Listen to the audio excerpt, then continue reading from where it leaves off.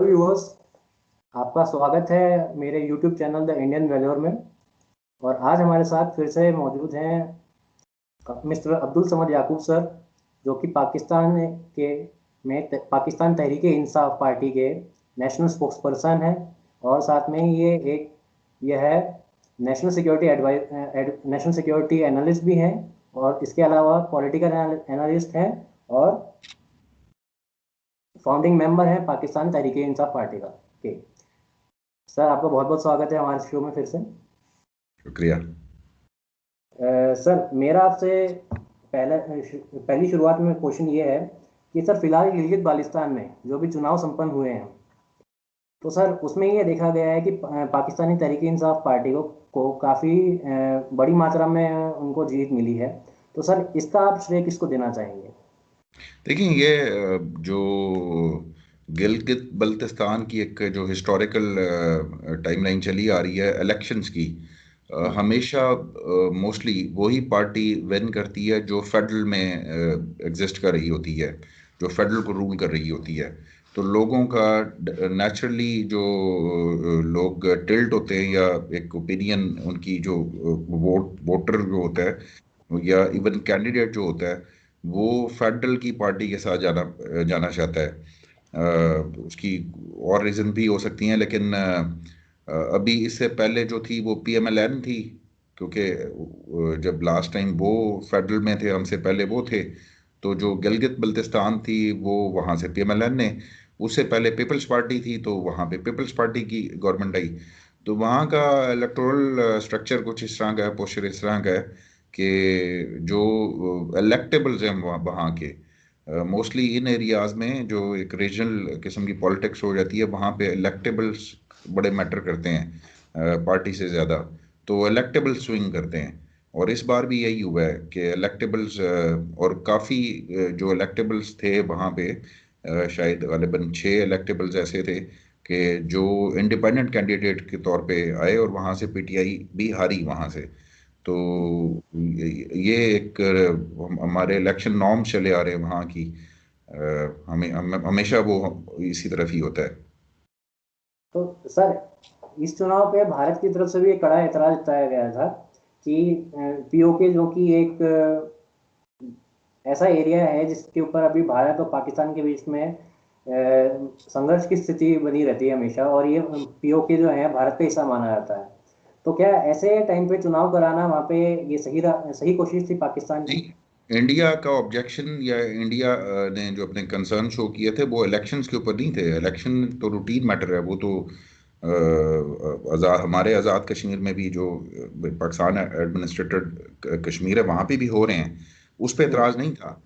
एतराज़ उनका ये था कि अगर ये पाकिस्तान का एक प्रोविंस बन जाता है, एक स्टेट बन जाती है पाकिस्तान की, तो उस पे उनका एतराज़ था कि जोग्राफिकली फिर जो पाकिस्तान वो जो क्लेम कर रहे हैं, या जो पाकिस्तान क्लेम कर रहा है जोग्राफिकली, उसमें जो वो पार्ट है, फिर अगर वो अलहदा हो जाएगा तो वो इंडिया का तो क्लेम ये भी है कि जो हमारे नॉर्दर्न एरियाज हैं वो भी आज़ाद कश्मीर के हैं।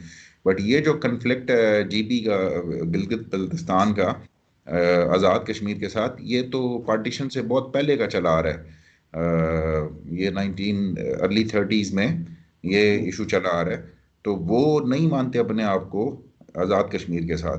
इनका ये एक हिस्टोरिकल एक एस्पेक्ट एक अलहदा हो जाता है।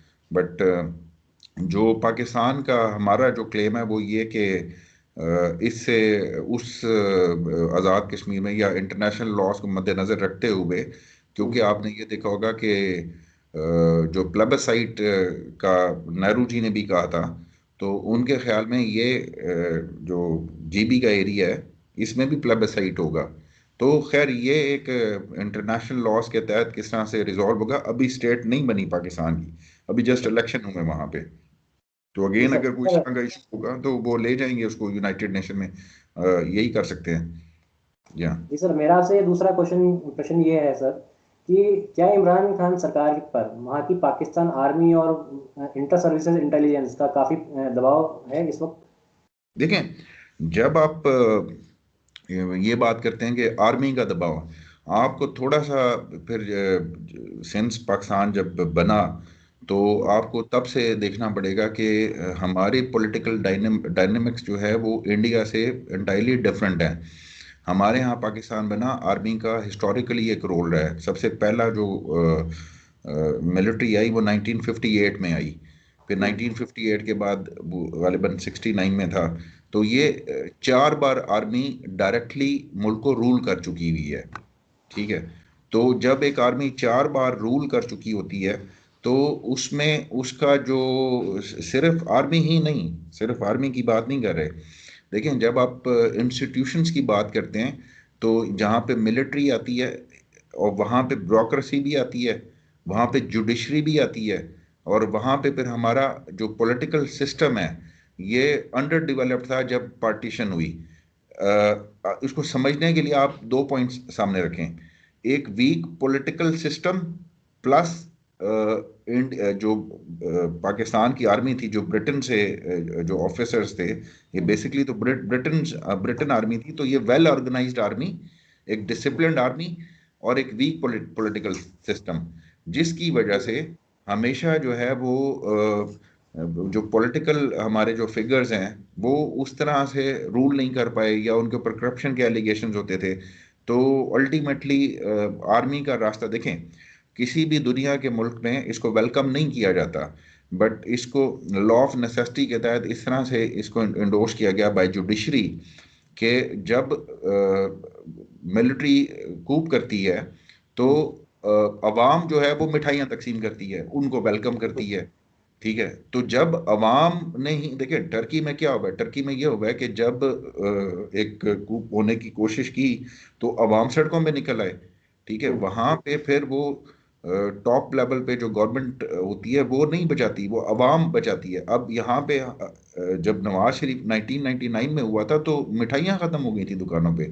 फिर जब जियाउल हक आया था तो उस वक्त जो है वो सूजी का हलवा एक चला करता था, तो वो सूजी खत्म हो गया था मुझसे। तो उस चीज को देखते हुए फिर जुडिशरी उसको इंडोर्स कर देती है, जो कि किसी भी डेमोक्रेसी के लिए एक अच्छी बात नहीं है। बट जब इंटरनली अवाम उसको एक्सेप्ट कर रही होती है तो फिर मजबूरन। जी सर। तो सर मेरा आपसे प्रश्न इसी पे रिलेटेड है कि सर पाकिस्तान में एक महंगाई बढ़ने का मुख्य कारण क्या रहा है?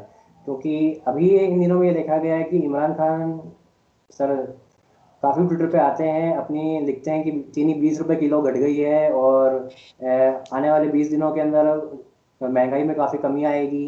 तो सर ऐसे लिखने का उनका मुख्य उद्देश्य क्या रहता है? जबकि अगर यही हम कंपैरिजन भारत के prime minister mister Narendra Modi ji से करें, सर उन्होंने कभी अपने ट्विटर के उल्लेखों में कभी वहाँ की महंगाई को कंट्रोल करने का, या चीनी 20 रुपए किलो है या सूजी या आटा 1500 रुपये किलो है, उसका कभी जिक्र नहीं किया। तो सर ऐसा क्या कारण है कि प्रधानमंत्री इमरान खान को हर बार ये करना पड़ता है? देखें हमारे मुल्क में एक मेन इशू जो है वो एक इकोनॉमी, तो एक प्राइमरी इशू है, नो डाउट। और इकोनॉमी जब आपकी टर्बुलेंस में हो तो फिर दूसरा बड़ा जो इशू आता है आपको, वो प्राइस हाइक्स का आता है।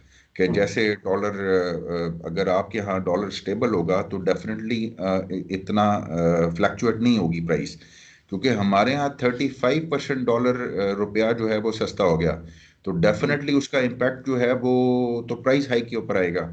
तो जब प्राइस हाइक, सैलरीज तो उस तरह से नहीं बढ़ी, सैलरीज तो इंक्रीज नहीं हुई, कोई इंक्रीमेंट नहीं है। जहाँ पे आप बात कर रहे हैं ये बिल्कुल एक वैलिड क्वेश्चन है कि क्यों एड्रेस करना पड़ता है प्राइम मिनिस्टर को आके, कि जब वो एक चीनी के ऊपर, जबकि ये फूड सिक्योरिटी का जो मिनिस्ट्री है ये उसको टेकअप करना चाहिए मैटर। हमारे यहाँ इशू क्या है? हमारे यहाँ बुनियादी तौर पे इशू ये है कि जो पॉलिटिकल, ये कॉरपोरेट सेक्टर, या क्योंकि एग्रीकल्चर मुल्क है, और आपको हैरत की बात ये है कि 100% जो शुगर प्रोड्यूसर्स हैं दे ऑल आर पॉलिटिशियंस। ऐसा नहीं है कि जैसे कि इंडिया का, जैसे इंडिया में अंबानी ग्रुप है प्योरली बिजनेसमैन, वो आए और वो अपनी शुगर मिल, यानी कि उनके पास।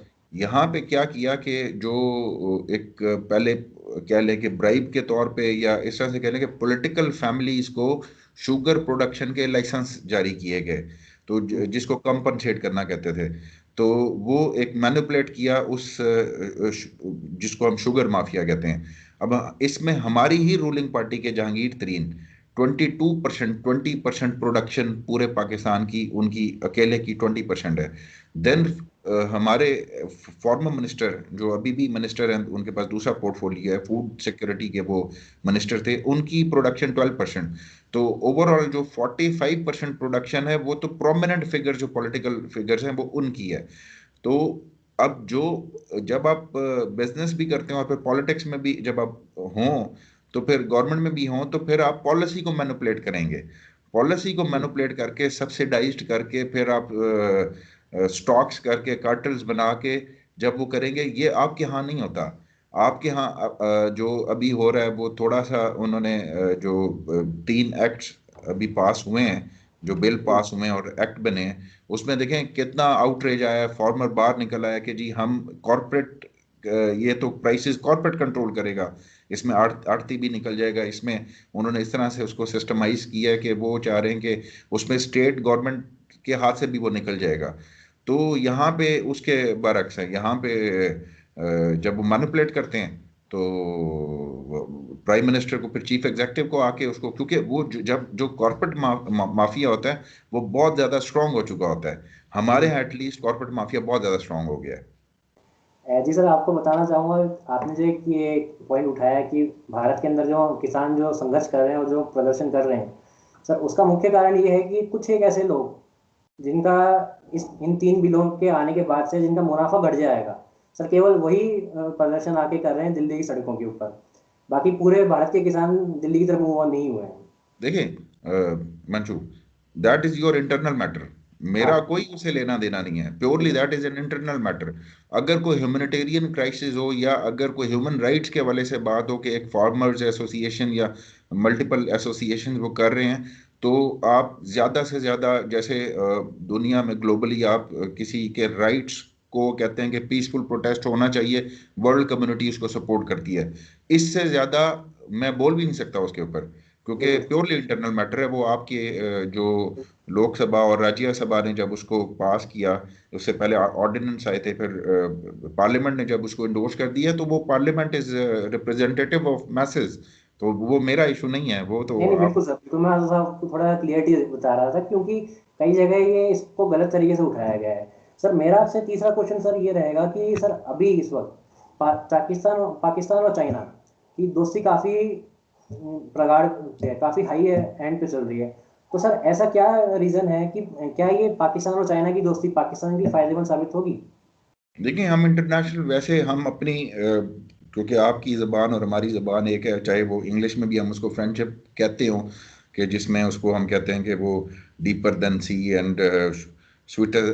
देखिए ये जो इंटरनेशनल पॉलिटिक्स होती है या इंटरनेशनल अफेयर्स होते हैं, इसमें दोस्ती या दुश्मनी नहीं होती।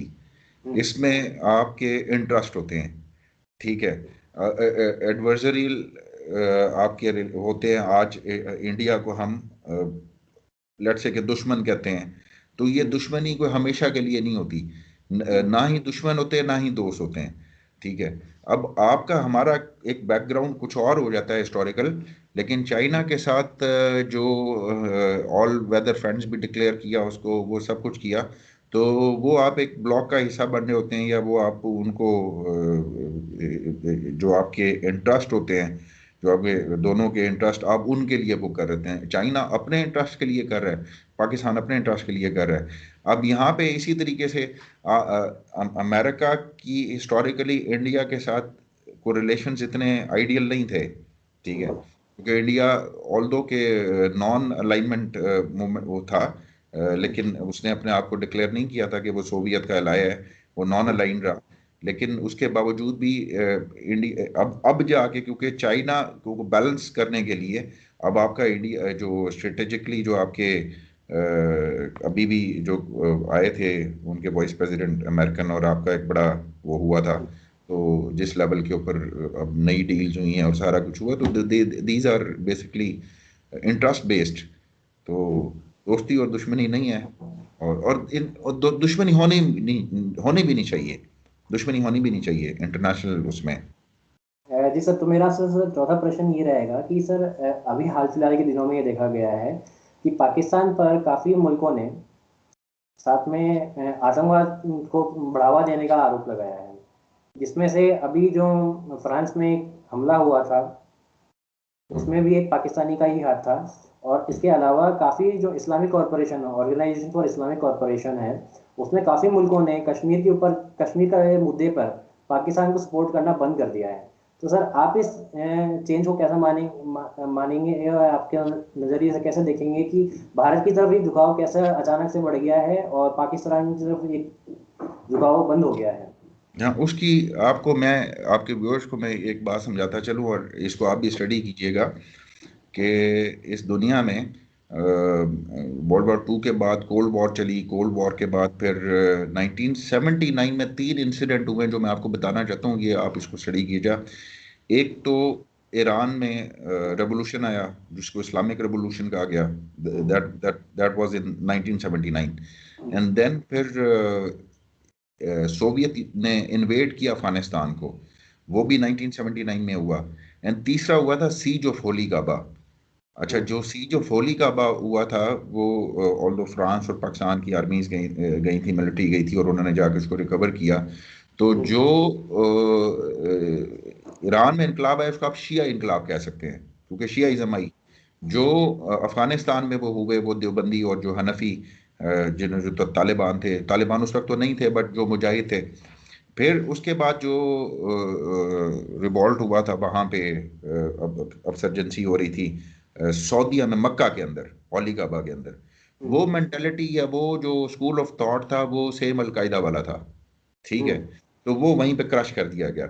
अब हुआ ये कि 1979 के बाद जब ये तकरीबन को पाकिस्तान को $6 बिलियन दिया गया, को $3 बिलियन यूएस की तरफ से, $3 बिलियन सऊदीया की तरफ से, इसको गेटवे बनाया गया, क्योंकि अफगानिस्तान में उस वक्त उन्होंने 1979 से पहले मिलिटेंसी नहीं थी, ये जिहाद नहीं था, कहीं पे एग्जिस्ट नहीं कर रहा था।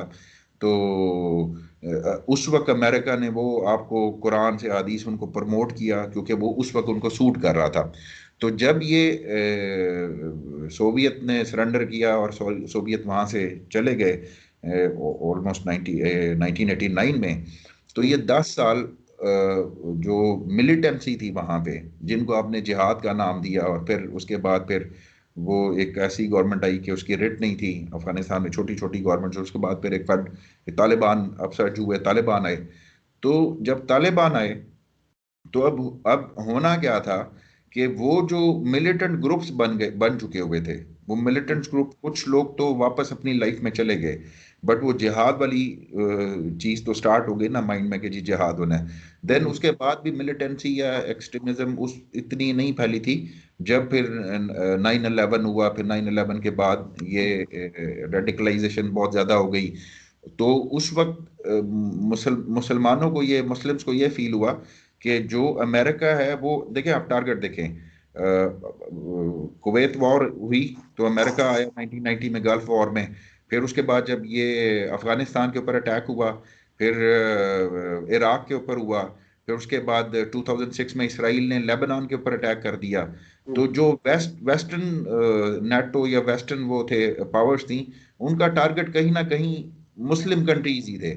और मुसलमानों का टारगेट, क्योंकि मुसलमान डायरेक्टली तो नहीं लड़ सकते थे, उन्हीं में से जब देखिए कुछ चीजें काउंटर प्रोडक्टिव होती हैं।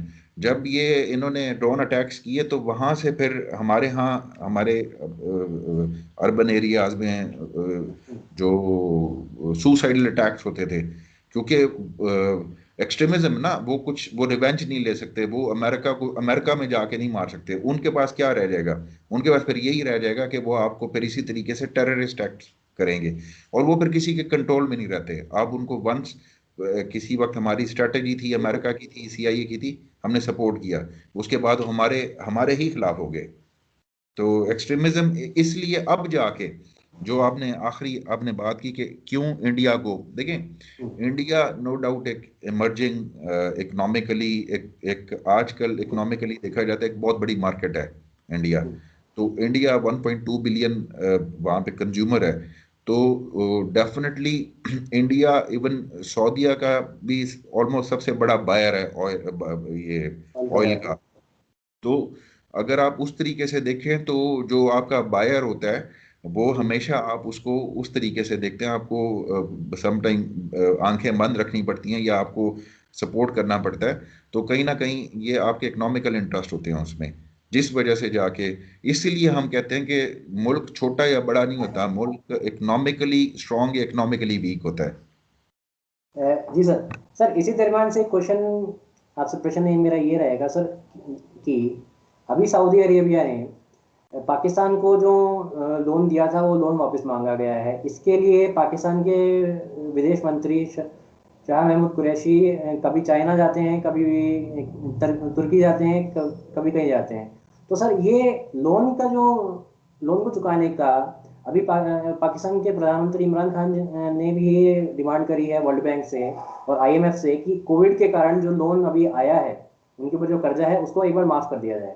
तो सर ऐसा क्या कारण है कि पाकिस्तान की तरफ से हमेशा ही लोन देने की और माफी कर्जे की बात होती है, कभी उसको चुकाने की बात नहीं होती?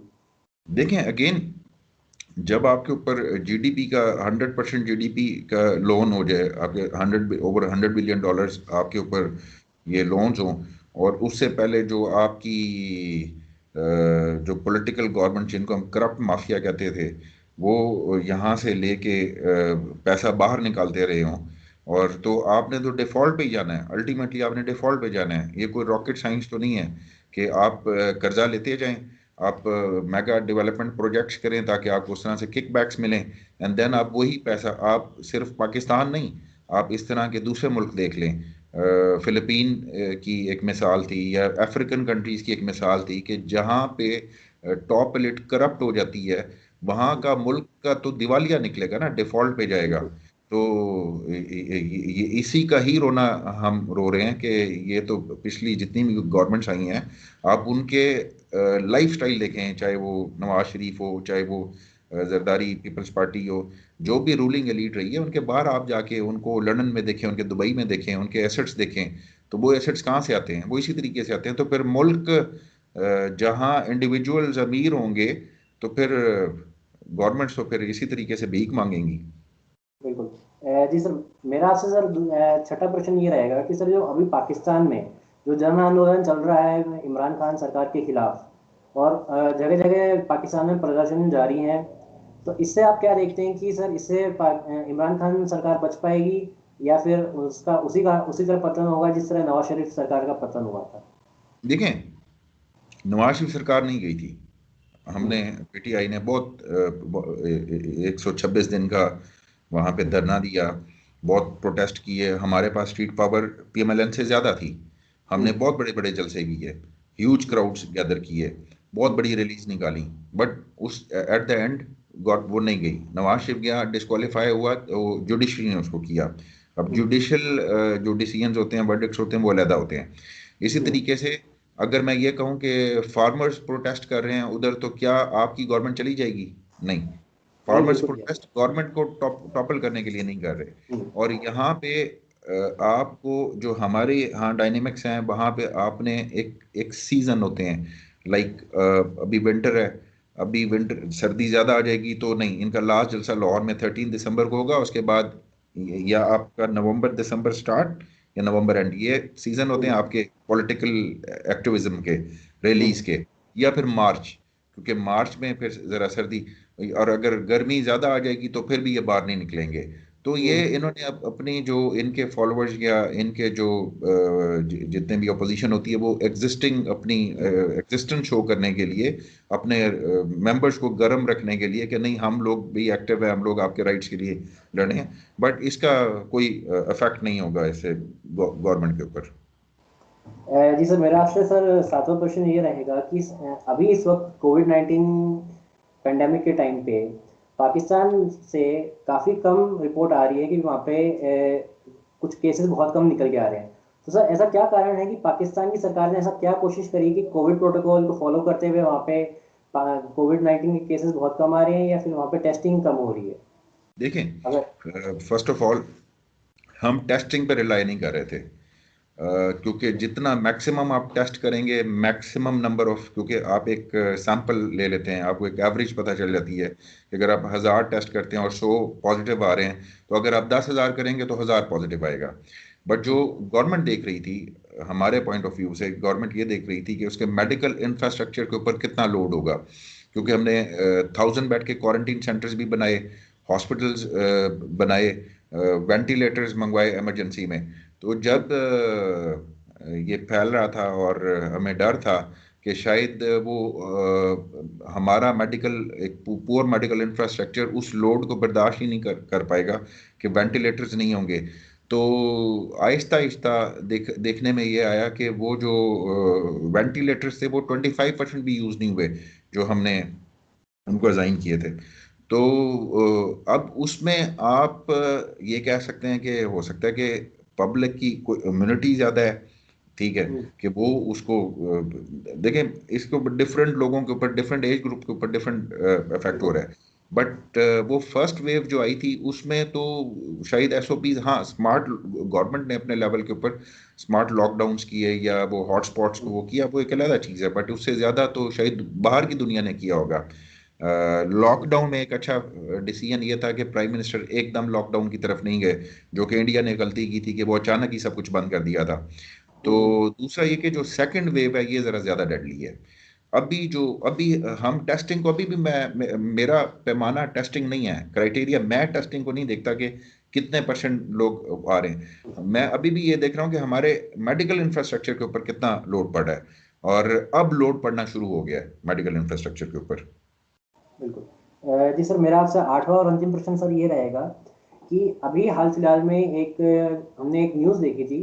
अभी न्यूज़ काफ़ी चर्चा में भी चल रही है कि पाकिस्तान और ईरान, तुर्की और बांग्लादेश मिलके एक अपना, और मलेशिया एक अपना अलग से एक ऑर्गेनाइजेशन फॉर इस्लामिक कॉरपोरेशन बनाना चाह रहे हैं, जिसके विरोध में सऊदी अरेबिया और उस अदर जो दूसरी जो गल्फ कंट्रीज़ हैं उन्होंने इसका विरोध शुरू किया है।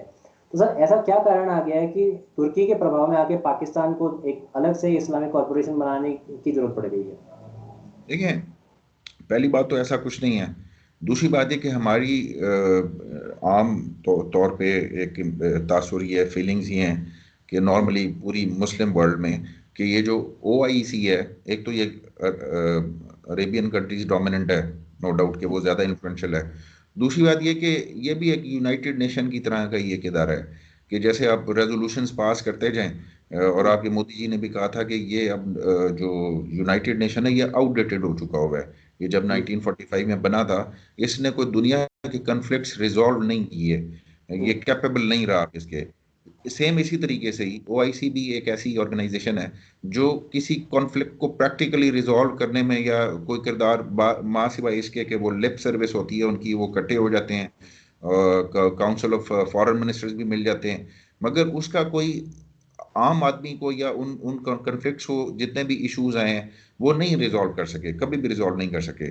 तो हाँ, जो टर्की और मलेशिया हैं उनकी सोच थोड़ी सी डिफरेंट है। वो ये चाहते हैं कि बेसिकली, अगर मैं आपको ये कहूँ कि सऊदीया से पहले खिलाफत उस्मानिया थी, खिलाफत उस्मानिया के बाद ये अरब डोमिनेंट हुए। अब डोमिनेंट होने की एक ही वजह थी कि उनके पास ऑयल आ गया। ऑब्वियसली ऑयल एक जब आप इकोनॉमिकली इतना स्ट्रांग हो जाते हैं तो फिर आपकी बात भी ज़्यादा सुनी जाएगी। दूसरा एस्पेक्ट ये था कि मक्का और मदीना, दो होली मॉस्क वहाँ पे हैं, तो इसलिए भी सऊदी अपने आप को लीडिंग लीडर के तौर पे इस्लामिक उसका कंसिडर करता है।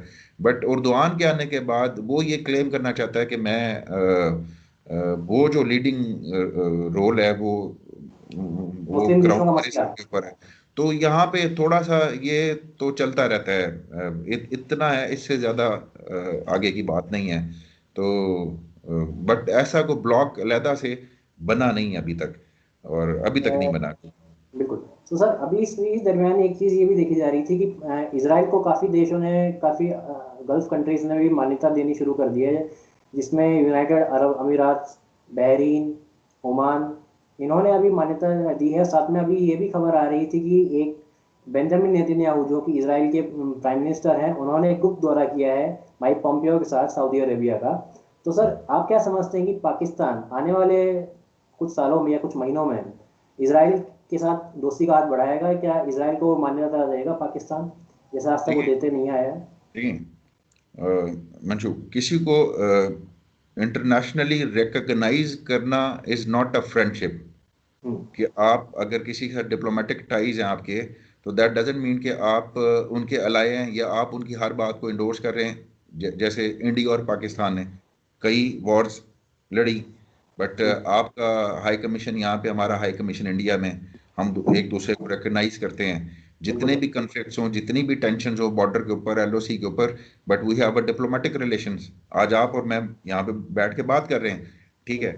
अब इसराइल को रिकग्नाइज करने से का मतलब ये नहीं है कि हम उनकी हर पॉलिसी या हर बात से सहमत हों, ठीक है, या हमारा उनके साथ रिलेशन बहुत अच्छा हो, ऐसा ऐसा नहीं है। क्योंकि उनको जॉर्डन ने बहुत पहले रिकग्नाइज कर लिया था, टर्की ने बहुत पहले कर लिया था, और इवन इजिप्ट की तो उनके साथ वॉर भी हो चुकी है, एंड देन उन्होंने भी रिकग्नाइज किया हुआ है।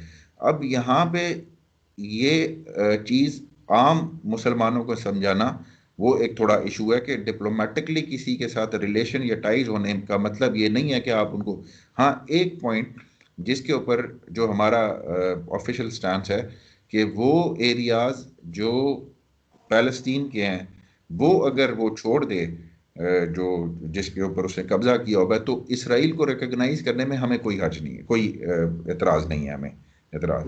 तो एक और एस्पेक्ट ये भी है कि जो हमारे हमारे जो प्रॉफिट सल्लल्लाहु अलैहि वसल्लम है, उनकी कुछ पेशीनगोई हैं कि जो उन्होंने प्रोडिक्शंस की थी कि जिसके मुताबिक ग्रेटर इसराइल बनेगा, और वो एक अलहदा चैप्टर हो जाता है, जो मैं वैसे आपको बता रहा हूँ कि ये सब कुछ होना है। इसकी ऑलरेडी प्रिडिक्शंस हमारी सेक्रेट बुक्स में मौजूद हैं कि ग्रेटर इसराइल भी बनेगा, और उसके काफ़ी सारा जो ये गल्फ के कंट्रीज है उनका एक पार्ट जो होगा वो उसमें शामिल होगा, but that is not on, मतलब वो इस चैप्टर से वो हटके हो जाता है, वो फिर एक और तरफ चला जाता है। जी सर, मैं इस प्रोग्राम को भी यहीं पे सर कंक्लूड करना चाहूँगा। आपका बहुत बहुत धन्यवाद सर हमारे को ज्वाइन करने के लिए, क्योंकि आपको भी सर अभी थोड़ी सी लेट हो रही है। कोई बात बहुत बहुत शुक्रिया सर आपका हमारे को नहीं। टाइम देने के लिए। और अगली बार हम चाहते हैं कि सर हमारे व्यूअर्स आपको लगातार वापस आगे भी देखते रहें, इसके लिए बहुत बहुत धन्यवाद सर टाइम देने के लिए। Thank you. Thank you sir.